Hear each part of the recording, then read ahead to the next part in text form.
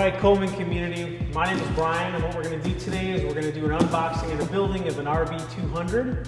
Often you'll get these built at the retailers, but if you don't and you just get the box and you bring it home, I want to show you how simple and easy it is to put one of these together and start having fun pretty much right away. Alright, when setting up your Coleman mini bikes at home, you need really not that many tools and not that much skill when it comes to putting things together. You're going to want to have a couple of screwdrivers. You're going to want to have a set of box and open ends in metrics from about a 10 to a 17. You won't need them all, but literally that's about it. So very easy to do. It's pretty quick, and you can have a lot of fun in a pretty fast amount of time. Get this box opened up and see all the good stuff inside.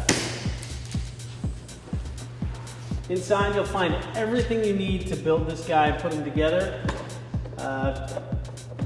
First thing you're going to want to do is take all this extra stuff out of our bolts and hardware, and then what we're going to want to do is take this frame apart. It's just a bunch of bolts that go throughout, and obviously it's there for protection, but you don't need to worry about saving it for anything.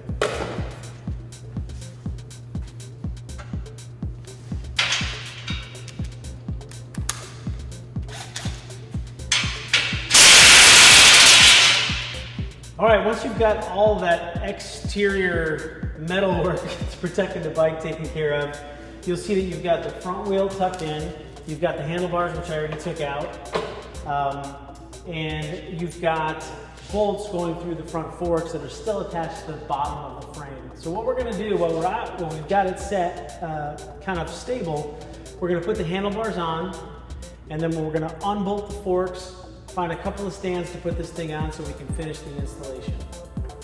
Now when you're installing these do require an Allen head.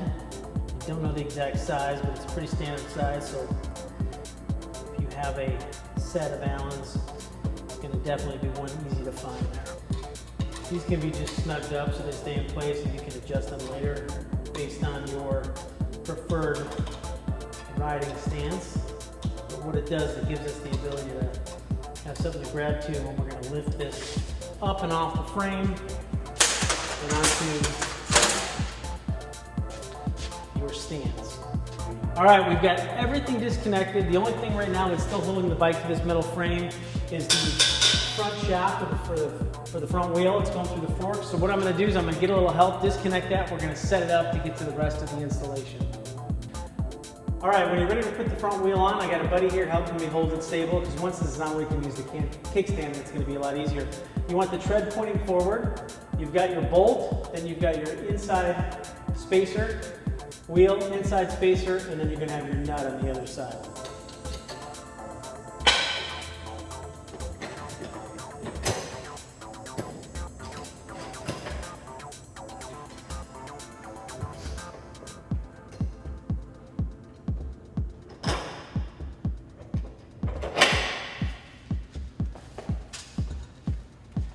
All right, when you get these on, you're going to want to crank this down. Get it nice and tight. Should be a 14, I believe, and a 17. We're going to find out here in a quick second.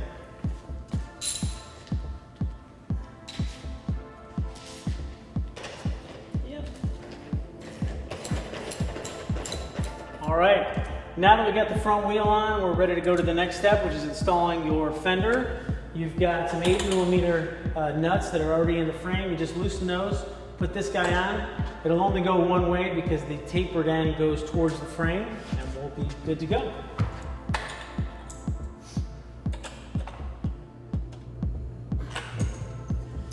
All right, looking good. Awesome, now that we've got everything together, she's ready to go, but like all of our bikes, the first thing you gotta make sure you do is put oil in before you ever try to start it. So there's gonna be all kinds of warning signs here of not kicking it over and not trying to pull it. So what you're gonna wanna do is grab your Coleman oil, and over here you'll see the oil fill, and the manual will tell you exactly how much to put in. But you're gonna go in, you're gonna top it off, and we're gonna put a little gas in, We're gonna go ahead and choke it and start it, make sure it starts. And then after that, we're gonna do all of our minor adjustments that are in the owner's manual, including making sure you like where the throttle's at, you like where the brake is at, and that the chain is adjusted properly. All should be pretty much right on when you get them out of the box, but it's always something you wanna take care of.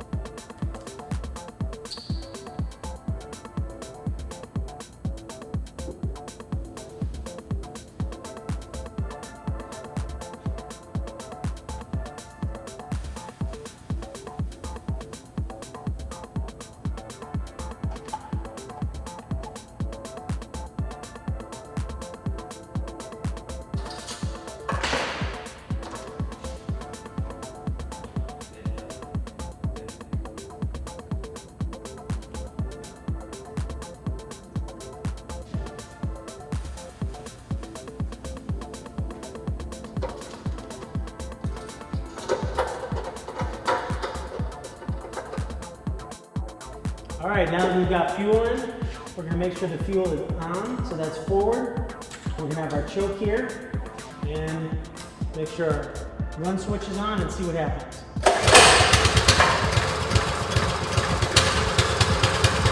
There you go.